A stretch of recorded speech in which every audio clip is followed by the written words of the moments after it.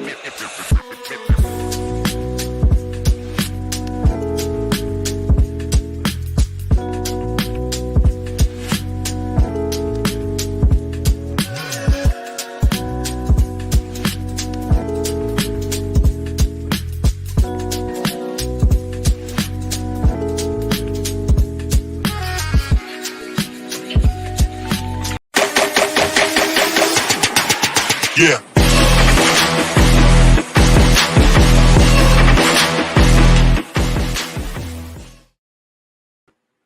Thanks for listening to the AZ Wildcats postgame. I'm your host, Mike Luke, joined by Brad Allis. Arizona loses 31-7. We have a lot to get to. Brad, we could start with the coaching. We could start with the on the field. We can start with what we want. But this looked like a team. This looked like a coaching staff that was far out of their element today. They looked ordinary. A couple things go different, and they only lose by 14. Kansas State was just better coached, better prepared, made better adjustments. I think, if you look at it, there's some real deficiencies on this football team. And unfortunately, a lot of them are the ones we were kind of worried about, or at least I was kind of worried about coming into the season.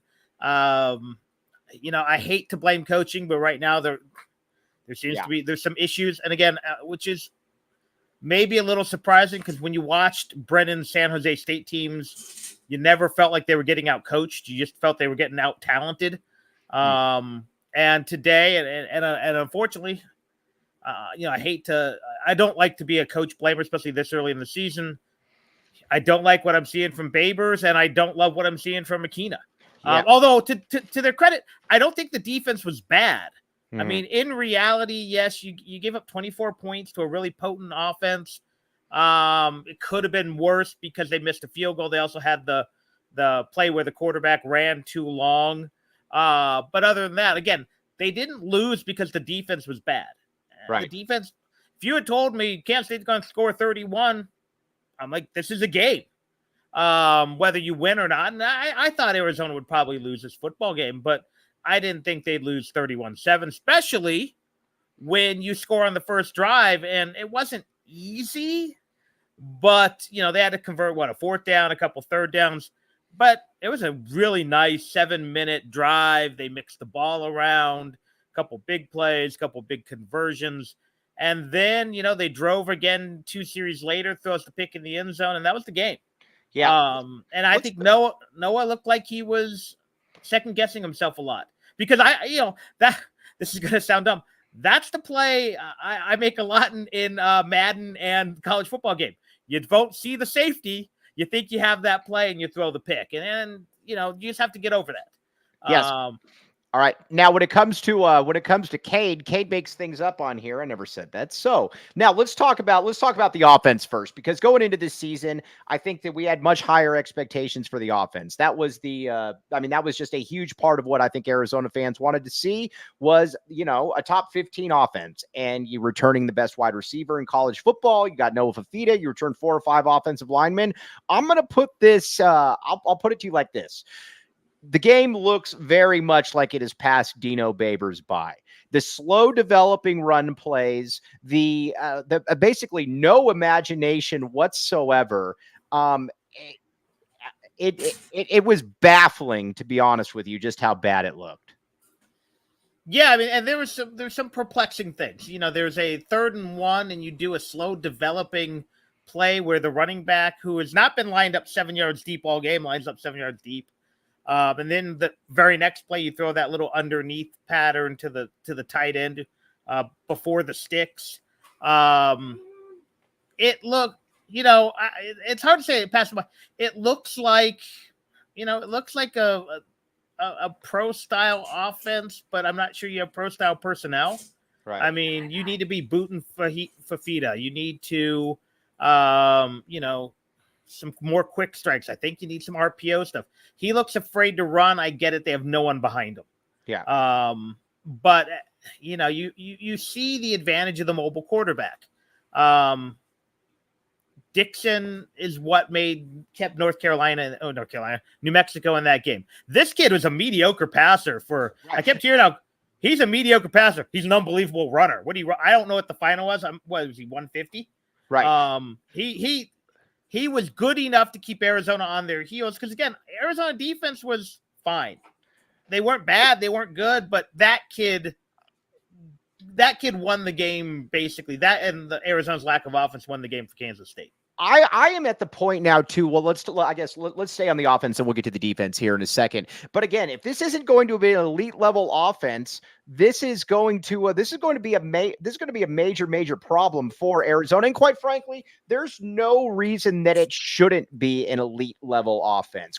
Because you've got 4 or 5 returning offensive linemen, you got the best wide receiver in the country, you've got a solid running game back there. What you saw out there was just something that was just atrocious. And it looked like they could have played. It looked like they could have played for 3 hours and scored 7 points. It was embarrassing, Brad. That's just the best way that I can put it. I mean, I don't know what else to say. They don't even need to be an elite offense tonight. They just need to be a good to very good offense to make this a game. Mm-hmm. Again, you weren't going to win with a B- B offense, but you could have put the fear of God into Kansas State, and they didn't.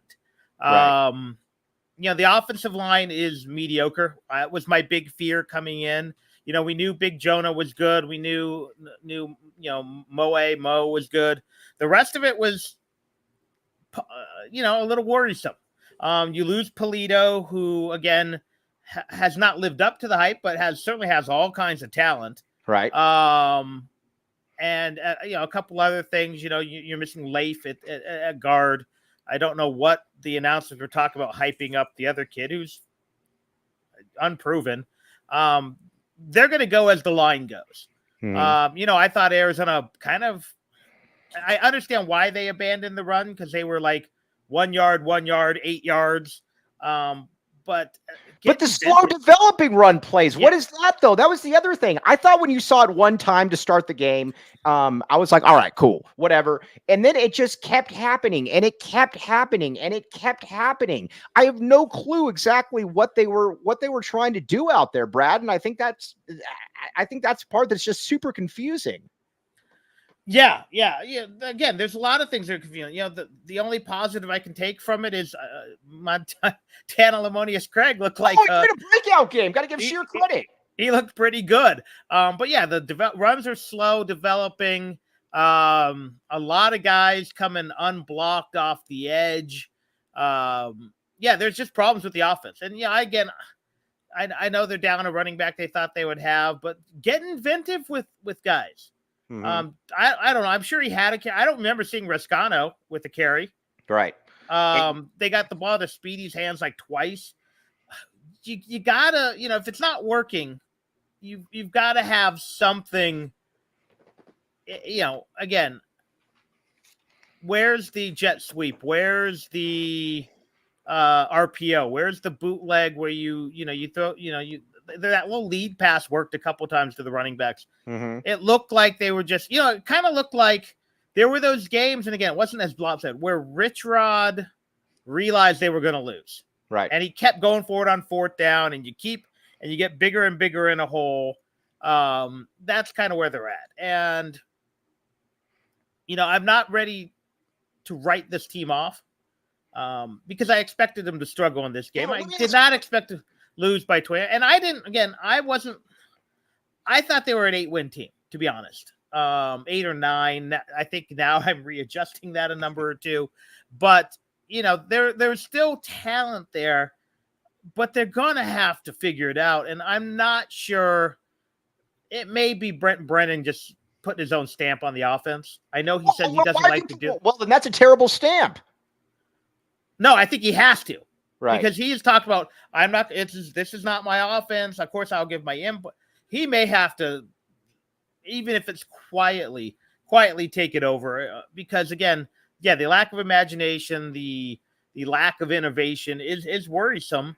Because again, it's not like I don't believe Jed Fish is an offensive mastermind, but he certainly used his talent better last year.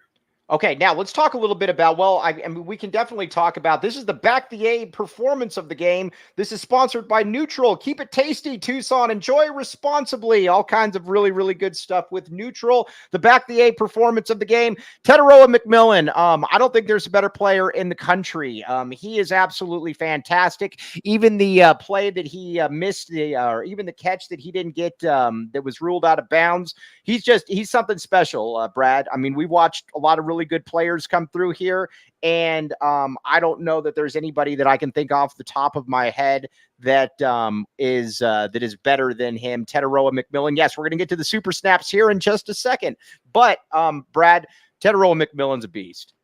He is, and when you're the focal point of someone's defensive scheme, and you're still able to do that, and that includes, the one, and granted, I was kind of half checked out, but then I didn't see the replay enough to see if his foot was on the line or not. I'm sure it was, because they would have challenged it. But just to haul that one in while getting popped by two guys, there were a lot where he just found holes in that coverage. They have a chemistry. Right. But unfortunately, I think sometimes Noah dials in on him because that's the only guy he's comfortable with. And whether that's a lack of, and some of me wonders, and again, I know, hey, it's the drinking game. I'm going to mention the Chiefs. Some of me wonders if it's a Kelsey Mahomes thing where Kelsey kind of freelances and just kind of does what he wants, and Mahomes and him are in sync. So I'm wondering if maybe McMillan's getting open in spite of the offense. Right. But yeah, he's fantastic. He certainly looks like a first round draft. He look, I know other people have said it. He looks like Larry Fitzgerald to me. I mean, he's insane. That's now, the comparison to me. It's Fitzgerald. Right. Now let's see here. Let's see, too many penalties. Steve Martinez, a super snap. Very much appreciate the super snap. All right. Now. Let's see here. What else? Let's see here. We got another super snap. Sorry, I don't want to miss any of the super snaps. Mr. Tyler Warden, the great Mr. Tyler Warden. When you consider the expectations on this team, it was the worst performance we've had in maybe a decade. The performance was exactly what we were afraid of. Brad, I'm going to agree with that, because here's the thing with those Rich Rod teams. The Rich Rod teams always to me felt like a little smoke and mirrors. They were really, really good, but they always kind of felt a little light, like you were just kind of missing players. This team, again, when you looked at it, you got 5 really good players. You got 3 guys that are considered possible first-round picks, and they just looked atrocious. And Takario Davis, for example, we'll get here to the defense in a second. He looked terrible. Yeah. There's got to be a couple Stoops games I'm not thinking of that were probably similar, where they go in with some momentum. But even Stoops teams didn't get blown out very often. That was the one thing you could say about Mike Stoops. It was a disappointing effort.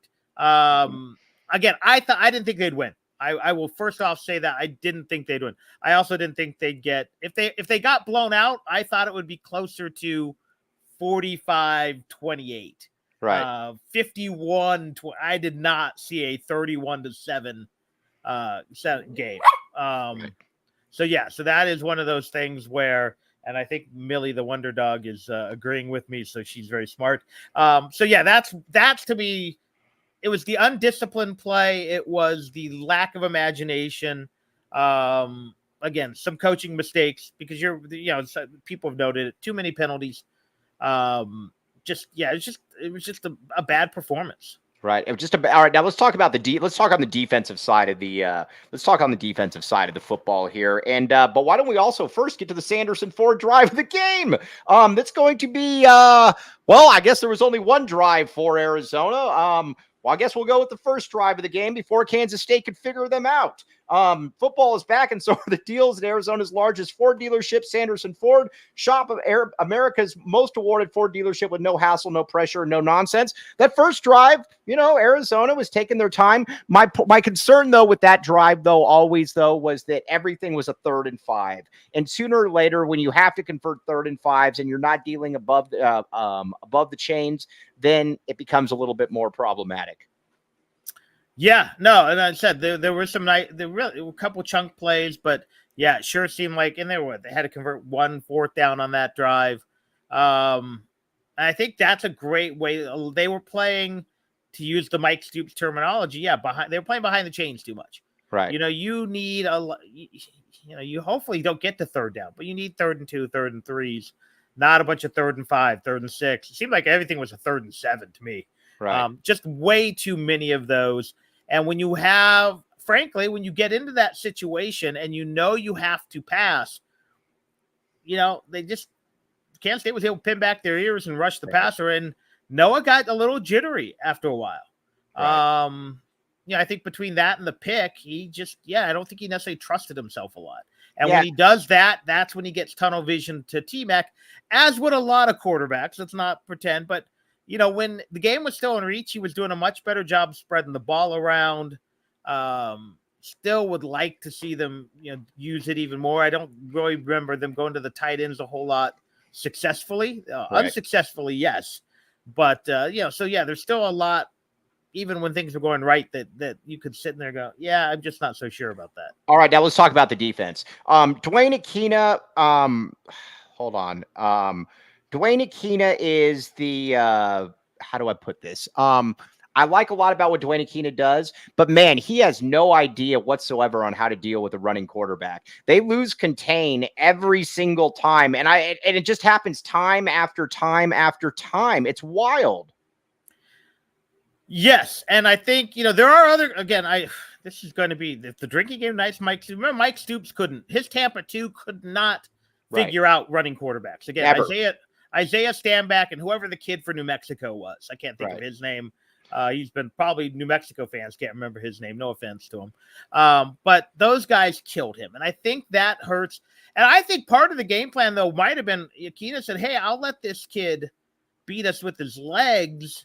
But then they allowed enough big plays. Again, you gave up 24 points to the offense. That's going to be my point. That's going to be my point. And that's why I'm far more upset with the offense than I am the defense, because the offense is still the one that I think that we thought that should carry this team. The defense still midway through the third quarter had given up 7 points. Sooner or later, that dam was going to break. And it's not like there's this plethora of NFL players on the defense. No, you got 1, maybe 2. Right. And I'll tell you what, there was, and again, there were some questionable spots I thought that hurt them. But the 2 things that really hurt them, to me, it was 2 things. One was the legs of that kid, was it Johnson? And man, for a while, when he was in trouble, he could find the tight end every time. Right. Lofton's pretty good. And that's pretty amazing because they lost a really good tight end. I forget who the kid was, his name, but the kid, he was like a 4th round NFL draft pick. He was really good last year for him. So those were the 2 things. Cause I thought otherwise, they ran the ball well, but he passing game, there were a few lapses, but overall, most of his even big completions were because he kept the play alive with his legs. Right. So again, if you tell me you're going to give up 24 points, and let's add 6 to it. Let's even say 30. The missed field goal and the play where he ran out of bounds and ran out of time. Mm-hmm. 30 points on the road to a pretty good team. Right. That's livable. Right. But you scored 7.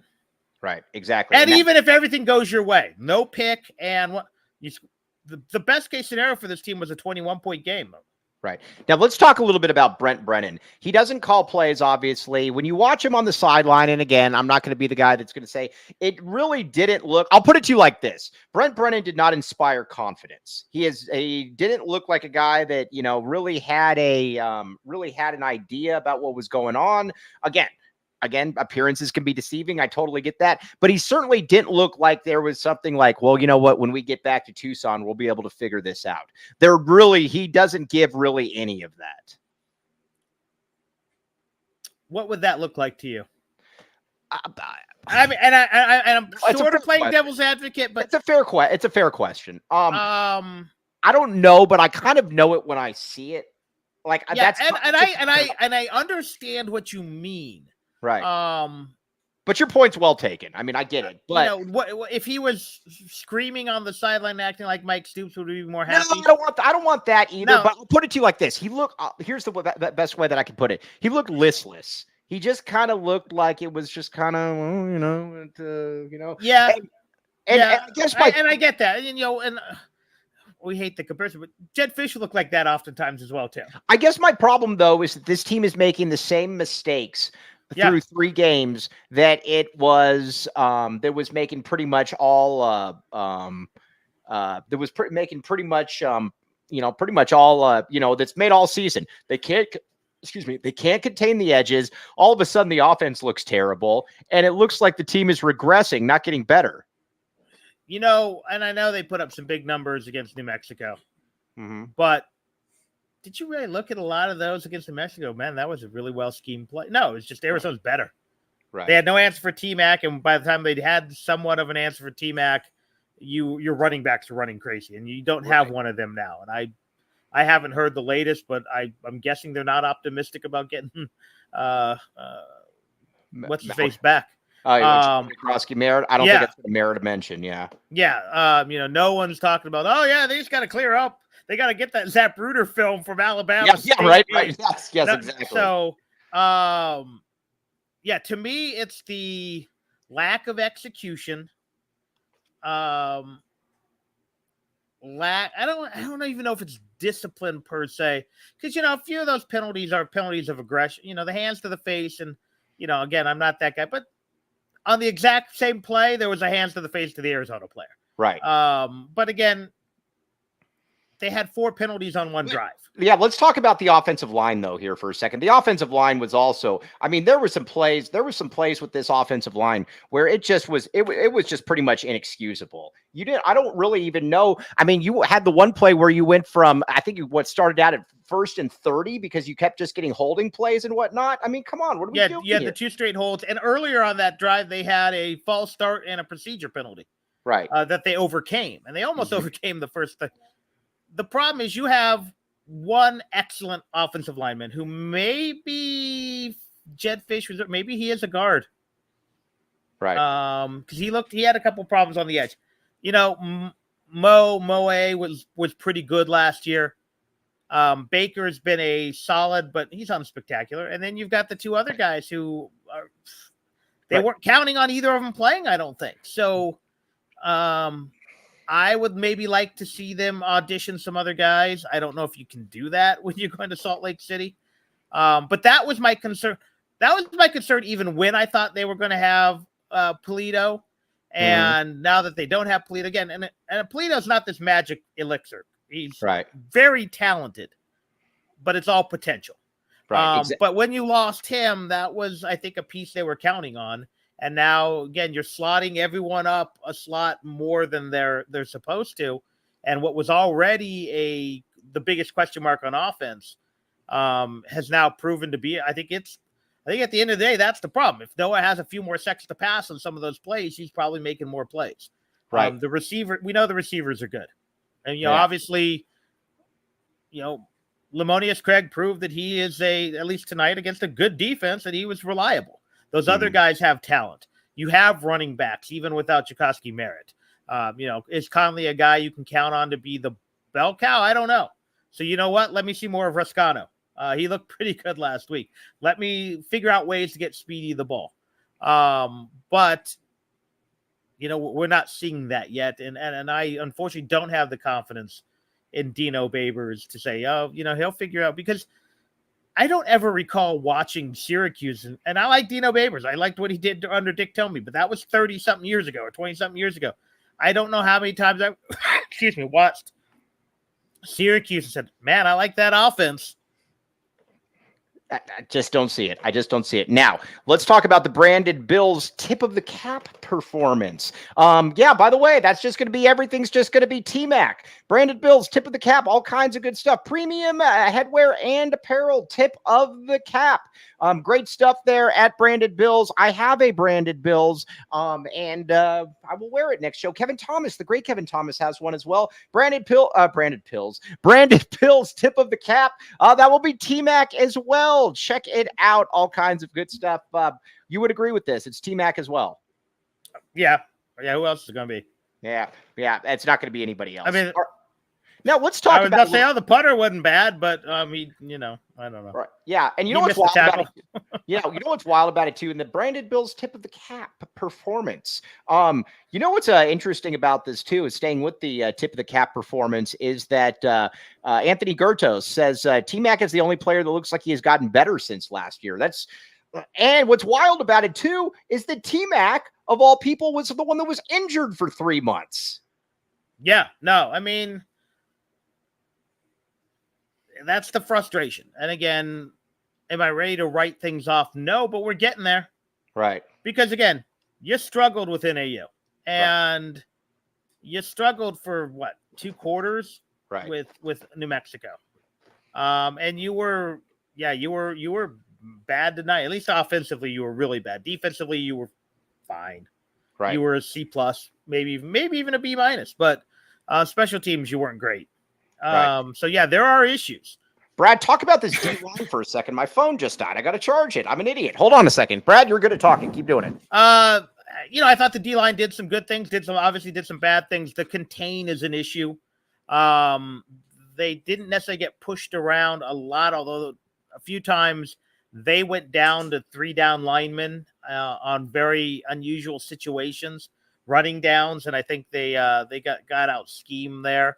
To me, again, it'll be interesting to see what happens when they play a more traditional passing type team or even a power running team, although I don't have great confidence they can stop that. Because right now, what we know is running quarterbacks are their kryptonite. Dampier just gashed them all night. This kid tonight gashed them. I'd be interested to see what happens without the threat of the quarterback taking off and running, how good the defensive backs are. I don't think they were necessarily awful tonight. The tackling was fine. To me, though, if you're going to face more running quarterbacks in this league. I think there are some questions, but overall, I think the defense is serviceable. Right. I'm the same way with the defense. And I was just asked by Jeremy Gonzalez says, so let me ask you this, Mike, what would you do? No, you can't take play calling duties away from him. I mean, it's way too early. Plus, I don't know anybody else on the team that you're going to put that. It leaves something to be desired. I am very much with you, though, when it comes to Duane Akina. I think the defense can get better. I have seen far more hope from Duane Akina than I have seen from Dino Babers so far. I mean, again, you gave up, what was it, 30-something against New Mexico. You've given up, again, because remember that was a punt. You give up 30-something points in 2 games. Is the running quarterback a concern? Yes. Right. Okay. But if you can, again, how many guys run as good as this kid? Not many. Thank goodness they don't play Kansas. So let me just say that, because if that kid's healthy, he could run. I don't know. They didn't. I don't know. They were getting beat at one point tonight. I don't know how they did. But that's the defense. You didn't lose this game because of defense. You lost this game because your offense was abysmal and your special teams were mediocre. Yeah. And honestly, the special teams, that was another thing I think that was very, very disappointing. That kick return, first of all, I don't know exactly. How do you have Chuba or whoever that was is basically, did you see that, like 35 yards upfield? It was like, what are we doing here? Yeah. There's some personnel things there. And especially, why you have a 360-pound defensive lineman on your punt team. Right. I can understand if you have a few offensive linemen to protect, but man, get a bunch of linebackers out there. Get some tight ends out there. Yeah. That was puzzling. Right. And that did not make any sense to me whatsoever. What exactly that was, all the way across the board, it just didn't feel right. I also don't understand, though, again, and I'm going to keep bringing this up. I do not understand why they are having such difficult time containing the edges on defense. That to me is a frustration. That to me is an issue that I just don't understand why we are having that issue. And it's a problem. It just is. Saul Bookman live on the ground from Manhattan, Kansas, your old stomping ground. Saul Bookman, how are you doing, my friend? Oh man, I've been better. I mean, it's kind of a homecoming, but this isn't the kind of homecoming I was hoping for. That's for sure. Yeah. All right. So what'd you see there on the ground? Why don't we talk about the offense first, and we'll get to the defense. What'd you see there, Saul? Yeah, I think there was a lot of opportunities for plays to be made. Yes, I think Noah, I wouldn't say he panicked, but I do think that pre-snap, the reads just weren't as crisp as you would like. Right. And I think those are the things that need to be cleaned up. I think that there was opportunities for other wide receivers to get involved, but because of the pressure or because of not really understanding where the ball should go pre-snap, it caused some issues and some problems. And another example is like, for instance, that interception over the middle, right? There was a linebacker kind of shading over, and he kind of faked, and then he bailed out, and Noah saw it. You got to get that ball out as soon as he became even with the linebacker, but he waited an extra 2 beats and then threw it, and it just felt like that ball just floated forever. And then it got picked off by the opposite cornerback that was covering T-Mac. So those are things that are correctable, but there's a lot to work on. Coach Brennan said it in the postgame. Like, there's a lot of things that they got to clean up because they're not as crisp as they need to be. You can tell Brennan was pretty pissed, and it's just got to be better overall. Now let's talk defensively. I think the thing that was frustrating too is that this team through 2-3 games, they continue to have issues with the contain. I mean, when guys get outside, that Avery Johnson can run the ball, and he kept running the ball. Yeah, I think on defense they had plenty of opportunities to get them off the field, but it's just one small thing here or there. Trey in the post game said the same thing. I'm sorry, Tay. He was frustrated as hell because he was like, "Listen, it's the smallest of things. When one person doesn't do their job, it can have a trickle down effect for the whole team. And right now, they're just not playing crisp, clean football." Yeah, exactly. Now we got a super snap coming in here. I'm paying to boo Danny Gonzalez. You know what? You paid $2. You can do that. Super snaps. All right. Now, what was the feeling then? Just going back there and watching it. Did the team look dejected? Did the team look like, oh, we'll get this back? Did it what were the feelings? What were the vibes there, Saul? Coming off the field, they just, they were pretty stone-faced and they just got into the locker room. Noah says that they're not panicking. Noah feels pretty good about the things that they can fix and make better. So he didn't seem too phased. He said it's on him. Right. I think everybody basically said it was on them, which I appreciate. But at the end of the day, this is 3 straight games of uneven play, and you just got to fix it because obviously we see with a high caliber opponent tonight, you'll get your ass kicked if you're not doing it the right way.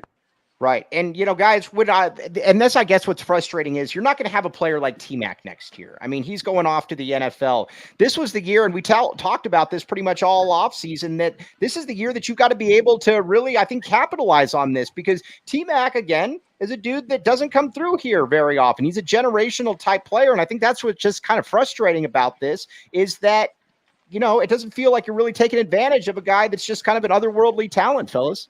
Yeah. On top of that, I don't think that the play calling was where it should be. The fourth and I think it was 2 or 3, and they had a bunch set on the right side, and K-State covered it beautifully on the right side, and there was no other options. Noah rolled back out to the opposite side, and there was nothing to do there.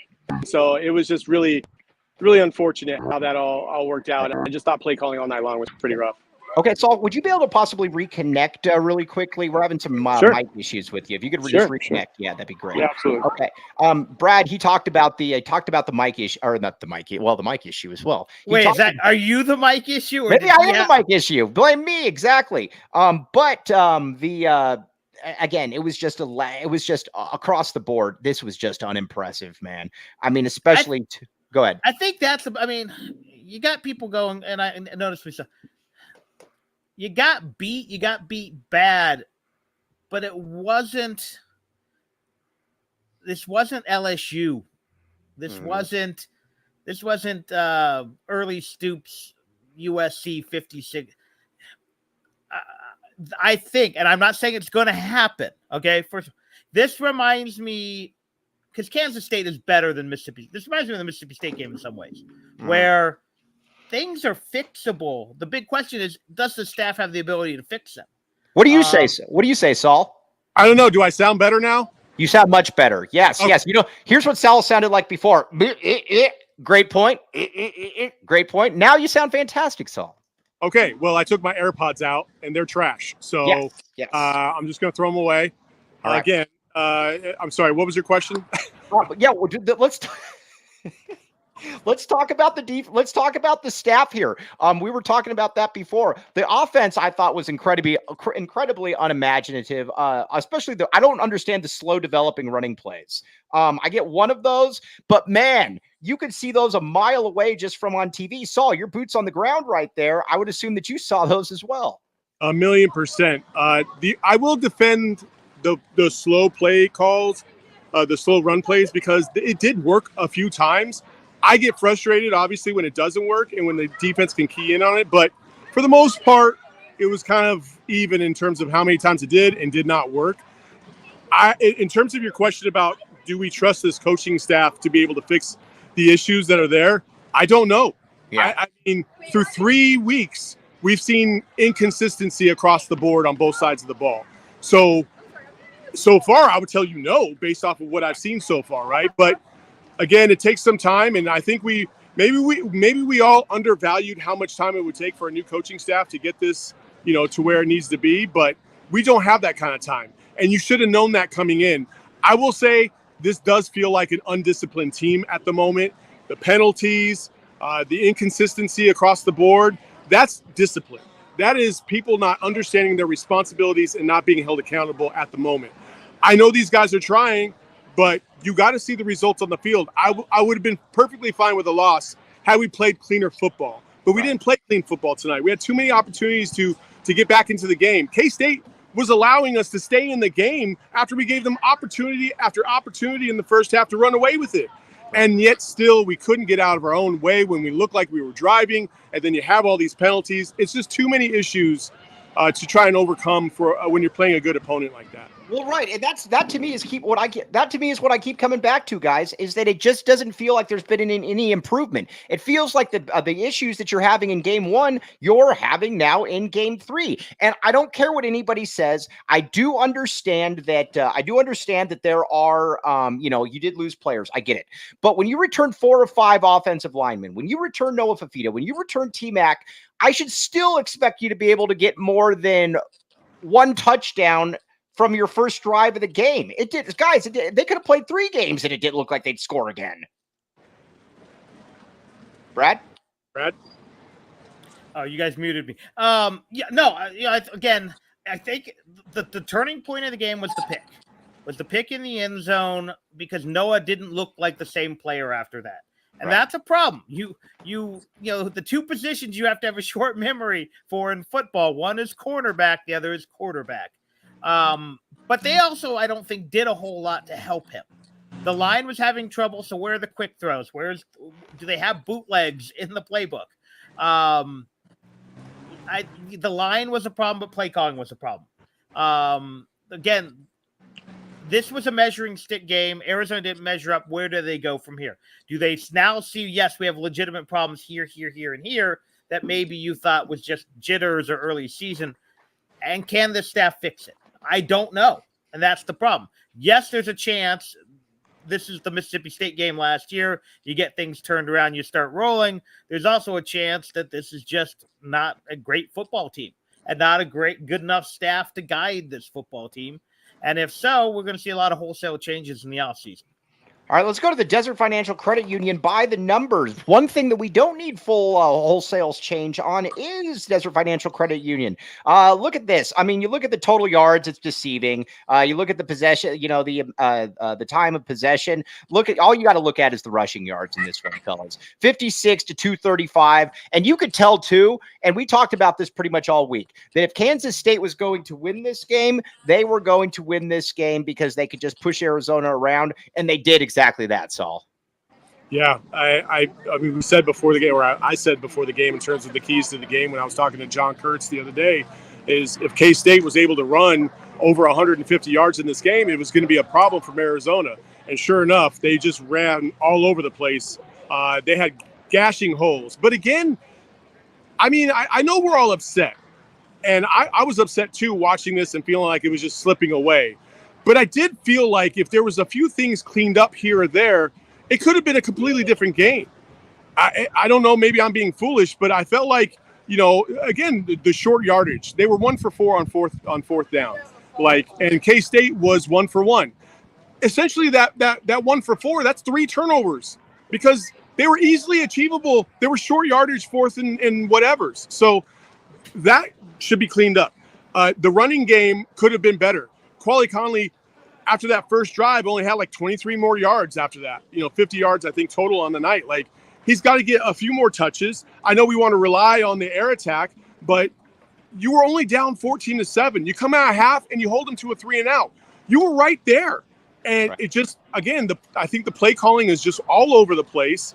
I don't think the play calling was necessarily I don't think the play sets and the play calls fit what this team is trying to accomplish on the field. And I feel like they're trying to be a high-powered offense with some real funky formations and with tight ends and players in certain opportunities that don't really fit the scheme of what they're really trying to accomplish.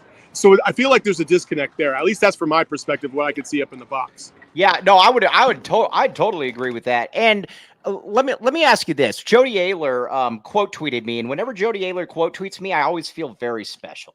And he basically said, guys, he said, my question for Brent Brennan is what's the identity? And, with Jed Fish, you knew that he's going to bring in skill position players. They're going to look to throw the ball. They're going to look to do a lot of different things. With Brent Brennan, he said, I don't think your identity can just basically be that you kept a bunch of players. What is your identity? And Brad, Saul, what are your thoughts on that? I don't know who the hell they are. Right. Brad, I don't know who they are. I'll tell you even more. What offense are they running? No clue. Is it a pro style offense? It's because it's not spread, really. I think I don't see a lot of RPOs there, but it seems like that's really good personnel for an RPO. So that's my biggest problem. I'm just not sure what they are, which I guess is identity. Defensively, I think they're trying to patch it together. And again, defense didn't lose you this football game. There are problems on the defense. You gave up 24 points. And I even said, even if you want to add the missed field goal and the running out the half, that's 30 points. 30 points on the road to Kansas State's not awful, but it is when you score 7. Yeah, Saul. No, I totally agree. I do feel like this team is wildly out of character. And Brad, I would beg to differ on the RPOs because I feel like they do have RPOs, but Noah's not the RPO quarterback. And he's never going to be that guy, right? So if because he always carries out the fake to the RPO side after he hands the ball off, right? So he's trying to fool the defense into thinking that, hey, one of these times I might hold on to the ball, but he never does. And so when you do that too often, you're going to try and pull that out in some random game. And again, you can't run Noah much because you don't have anything behind him. But you know what? Run a 3-yard sprint to the sideline just every once in a while, just to soften it up. Or again, go pure spread then, because you have receivers and you need to get the ball out quick. If you say what is Arizona, I'm not sure. I would probably at the end of the day say pro style, but I haven't seen that offense. Well, maybe the Panthers run it. I would say this about Arizona's offense compared to last year. Jed Fish, clearly a better play caller and a play conceptor, if you will, if that's even a word, than this staff right now, for sure. And that's saying something because I don't think Jed Fish was a great play caller. I thought they left a lot of points on the field last year, but I can't disagree with you because at least you kind of knew what that team wanted to do. This is something that was a fear of ours, Mike. A lot of people from Syracuse were like, good luck with Dino Babers and his play calling. You're going to pull your hair out. And we're starting to see some of that. And that's my concern as we move forward is oh, man, is this going to go sideways on us? Because maybe this guy just can't call plays at a high level. And you know what also really bothered me is the things that we saw in camp, the concepts we saw in camp, what they were talking about. Dino Babers and Brent Brennan would say this time and time again. We are going to utilize the tight end. That is going to be a huge part. And he said time and time again, we have talented tight ends. We have a good enough offensive line to be able to make this work. You're going to see a lot of tight end action. Guys, what has there been, 2 catches through 3 games? Something like that? Yeah. To be fair, Kean Burnett got absolutely mauled at midfield, For sure. and they didn't throw a flag, and then Noah ended up throwing him the pass, Right. and it was incomplete. But I mean, I'm sitting there, I'm like, how did they not call that? That was a clear PI. But Right. outside of that, yes, you're absolutely right, Mike. Yeah. Mike, have you not learned?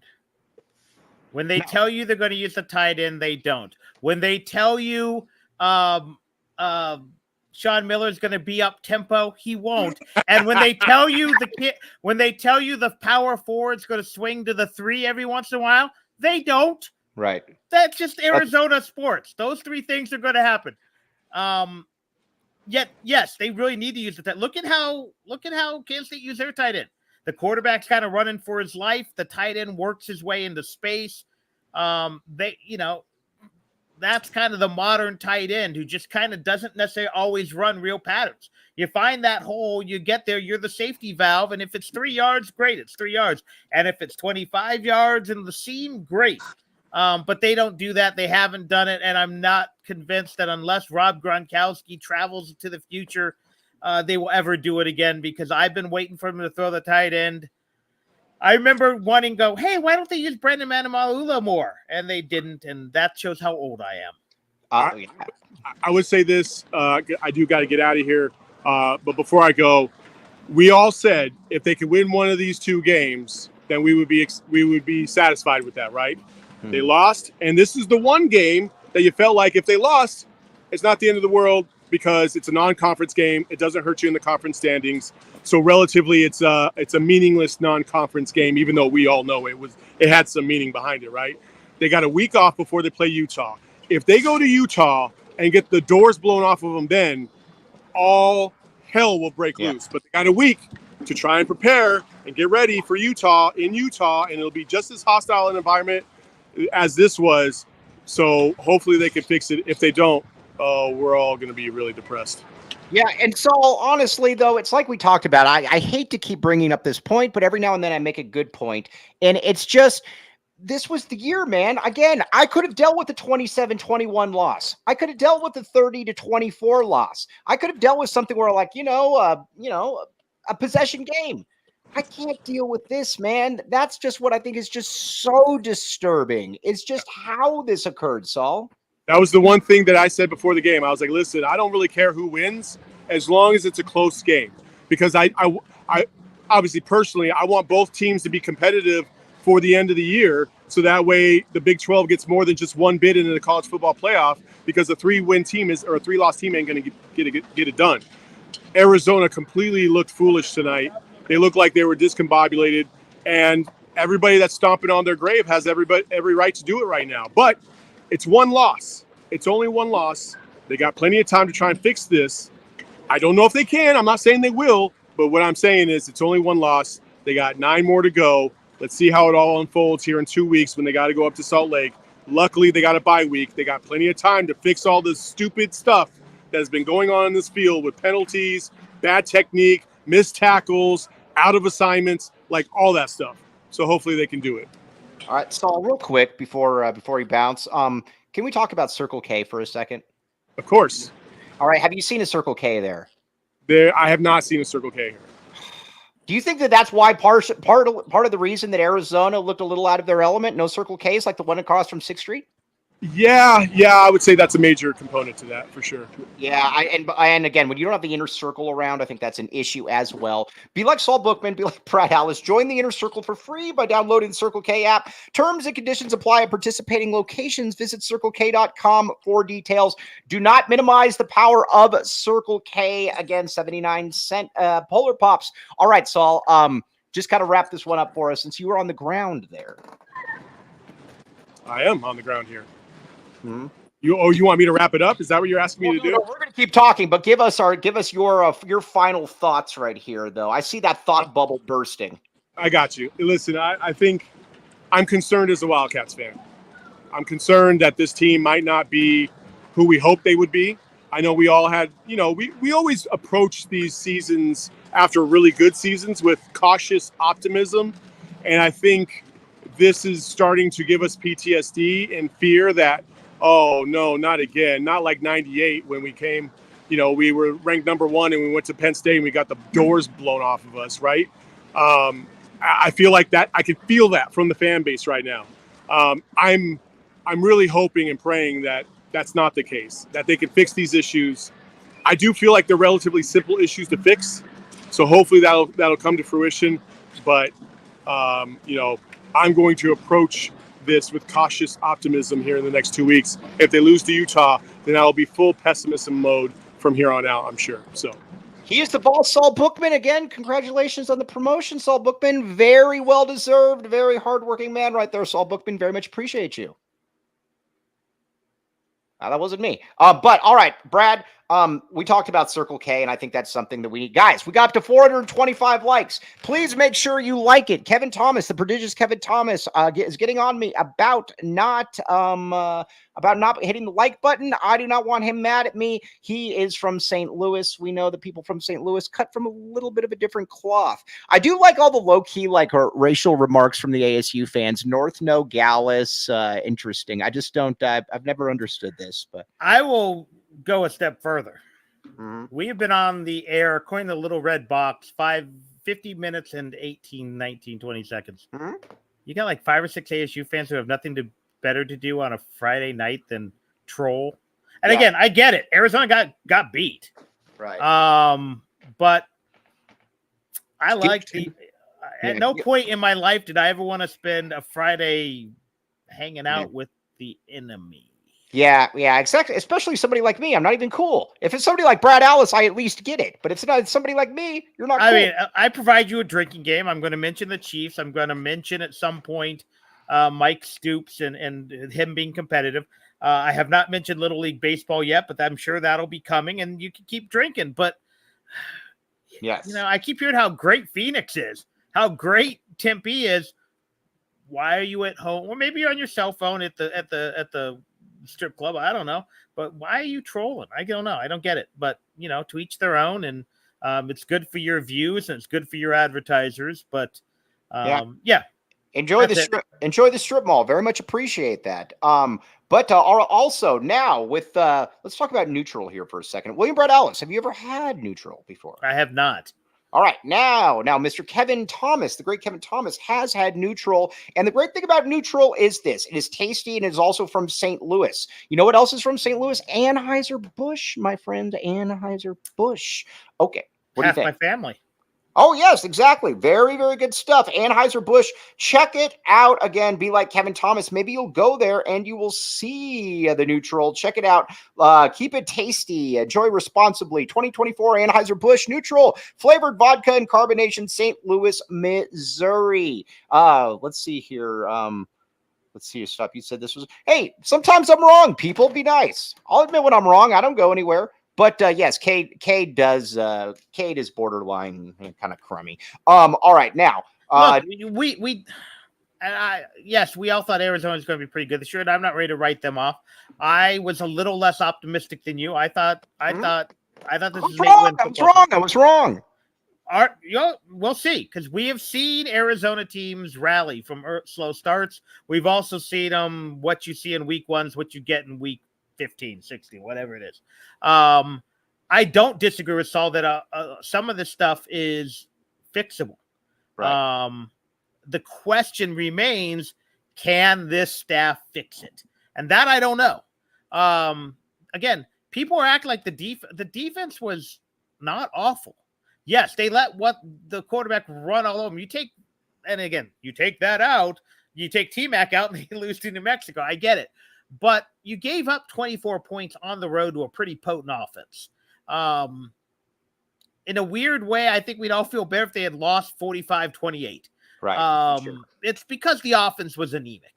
And they looked so good the first drive. And again, a few plays here, a few plays there. Maybe I don't think you put more than 21 up, and that's the concern. So, yes, this could be a 4 or 5 win team. This still could be an 8 or 9 win team. But we're going to learn a lot about this coaching because they have a week to prepare. They are probably going to get a Utah team without Cam Rising, from what I understand. I heard he was out maybe upwards of a month. Yeah, be out. Be out. We don't want to see you. Be out. Yes. And he's, it's hard to beat a 30-year-old sophomore or whatever he is. I think I played high school football with him. You did. I mean, he was So, but there's also a very good chance that Utah just goes and rounds it down your throat, goes wide every play, and wins that game 45-15. So again, I don't know, but I'm not ready to put a stamp on the season. I'm not ready to, fire Brent Brennan now, but I want to see something. I want to see adjustments. I want to see with a full week to prepare or full 2 weeks to prepare, what are you going to do? And what really becomes, I don't even do it. Even if they look good and fall and are 2-2, then you're kind of where you were last year. You got to make that run. Do they look capable of making that run? Because a year ago, right around this week, we were talking about, if they cut down the turnovers, they probably beat Mississippi State. This might not be a bad, because everything we're saying on this side of the screen, they were saying about the Mississippi State game. And that's a worse team. I mean, Mississippi State was a mediocre to bad team. Kansas State is a good team. How good? I don't know. They didn't look great against Tulane, but this is a good football team, well coached. So when they come out of Utah, yes, the worst case scenario is 2-2, but if you're 2-2 and look really good, I can live with that. Ideally you want to be 3-1. But we're going to learn a lot about Utah's a make or break. It doesn't have to be make or break, win or lose, but it's make or break in terms of where is your team when you get on that plane in Salt Lake City. Do you feel good about your team, or do you just realize this ain't it? Hey, Brad, what are you doing Tuesday at 10:30? Tuesday at 10:30 in the morning. I think I could be right here. All right, William Brad Allis. We have just got a commitment every Tuesday at 10:30, unless he tells me he will be here. Brad, we very much appreciate you, my friend. I paid for the new cam. The wife is like, you haven't been on in a couple weeks. Why did we just pay tens of dollars for a new camera? I can't tell you how many I've gotten. Hold on, let me count these. I've gotten 5 DMs saying I can see Brad now. Brad, you have a beautiful face. We want to see it. This is great. That might be as big as that's a bigger stretch than this is a national championship contender. But I'll take it. Good looking people know what good looking people look like. That is William Brad Allis. All right. It's all about Saguaro, right, buddy? That it is. Saguaro pride, baby. All right. For now, hit the like button. Also, for Kevin Thomas behind the scenes, very much appreciate it. Look at Tony Clifton says Brad looks younger. You do, Brad. You look very younger. You are very younger. I'm a spry 51-year-old. Although the shoulder's not feeling. I had to pitch BP last night. There's your little league reference. Drink up. Yep, very good. All right, for Brad Allis, we appreciate all of you, and we will be back with you on Monday. Brad on Tuesday. For Kevin Thomas, for William Brad Allis, I am merely Mike Luke. You have been listening to the AZ Wildcats postgame. We all silly like the mayor.